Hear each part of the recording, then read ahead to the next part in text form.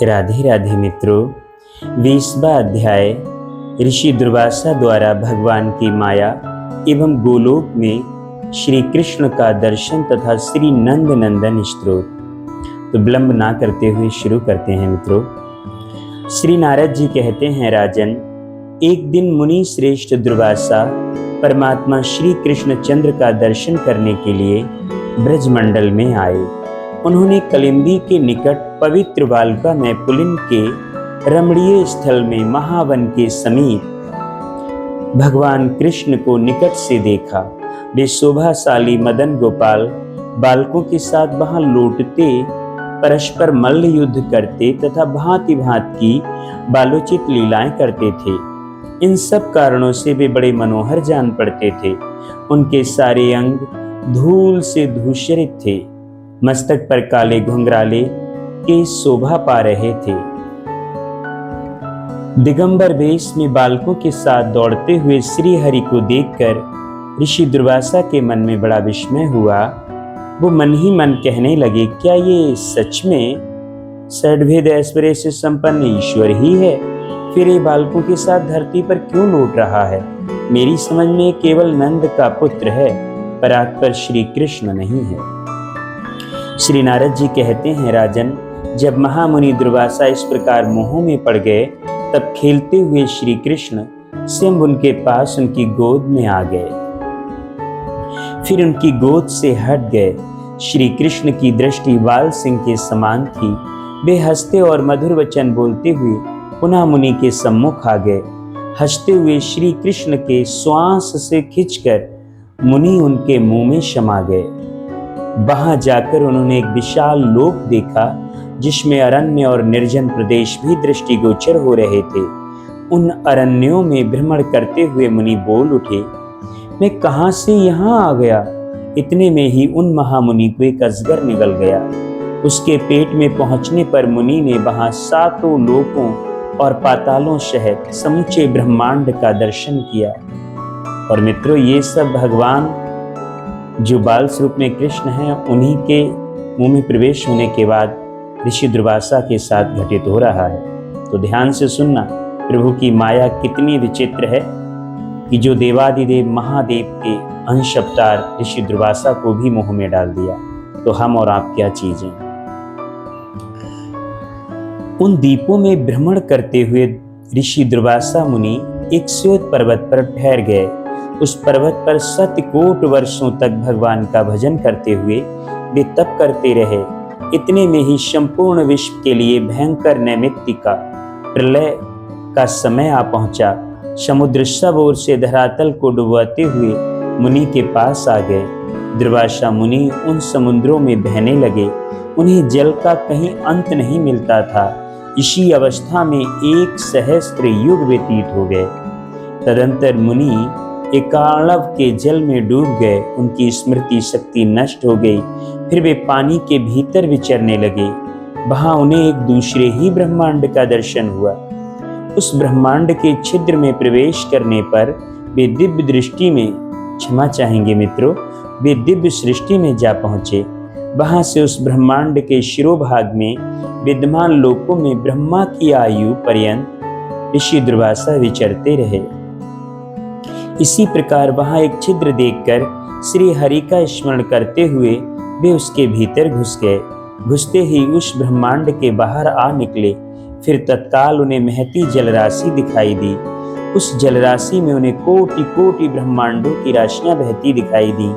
तब मुनि ने जल को ध्यान से देखा तो उन्हें वहां ब्रजा नदी का दर्शन हुआ। उस नदी के पार पहुंचकर मुनि ने साक्षात गोलोक में प्रवेश किया। वहां उन्हें क्रमशः वृंदावन, श्री गोवर्धन जी और सुंदर यमुना पुलिन का दर्शन करके बड़ी प्रसन्नता हुई। फिर वे मुनि जब निकुंज के भीतर घुसे, तब उन्होंने अनंत कोटि मार्तंडों के समान ज्योतिर्मंडल के अंदर दिव्य लक्षदल कमल पर विराजमान साक्षात परिपूर्णतम पुरुषोत्तम राधा वल्लभ भगवान श्री कृष्ण को देखा, जो असंख्य गोप गोपियों से घिरे तथा कोटि कोटि गौओं से संपन्न थे। असंख्य ब्रह्मांडों के अधिपति उन भगवान श्री हरि के साथ ही उनके गोलोक का भी मुनि ने दर्शन किया। उन्हें देखकर भगवान श्री कृष्ण हंसने लगे। हंसते समय उनके श्वास से खींचकर दुर्वासा मुनि उनके मुंह के भीतर पहुंच गए। उस मुख से पुनः बाहर निकलने पर उन्होंने उन्हीं बाल रूपधारी श्री नंद नंदन को देखा, जो कलिंदी के निकटवर्ती पुण्यवालका में रमन स्थली में बालकों के साथ विचर रहे थे। महावन में श्री कृष्ण का उस रूप में दर्शन करके दुर्वासा मुनि ये समझ गए कि ये श्री कृष्ण साक्षात परात्पर ब्रह्मा हैं।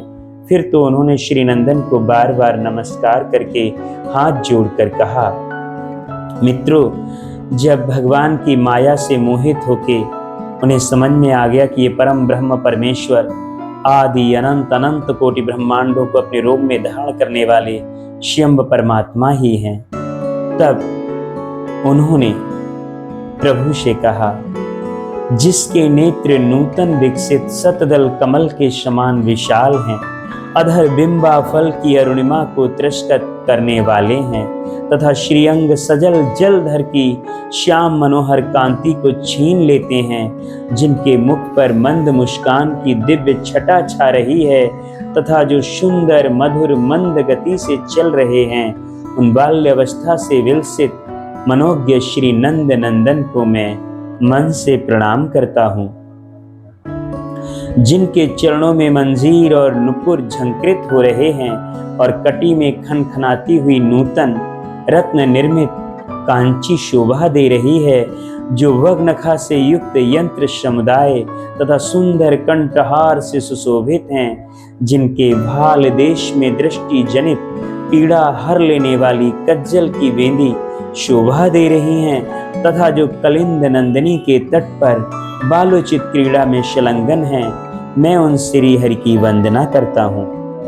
जिनके पूर्ण चंद्रोपम सुंदर मुख पर नूतन नील घन की श्याम विभा को तिरस्कृत करने वाले घुंघराले काले केश चमक रहे हैं तथा जिनका मस्तक रूपी मुकुट कुछ झुका हुआ है, उन आप नंद नंदन श्री कृष्ण तथा आपके अग्रज श्री बलराम को मेरा बारंबार नमस्कार है। जो प्रातः काल उठकर श्री नंद नंदन स्तोत्र का पाठ करता है, उसके नेत्रों के समक्ष श्री नंद नंदन सानंद प्रकट होते हैं। श्री नारद जी कहते हैं, इस प्रकार श्री कृष्ण को प्रणाम करके मुनि शिरोमणि दुर्वासा उन्हीं का ध्यान और जप करते हुए उत्तर में बद्रिकाश्रम की ओर चले गए। श्री गर्ग जी कहते हैं, सौनक, इस प्रकार देव ऋषि प्रवर महात्मा नारद ने बुद्धिमान राजा बहुलास्प को भगवान श्री कृष्ण का चरित्र सुनाया था। ब्राह्मण, वह सब मैंने तुमसे कह सुनाया।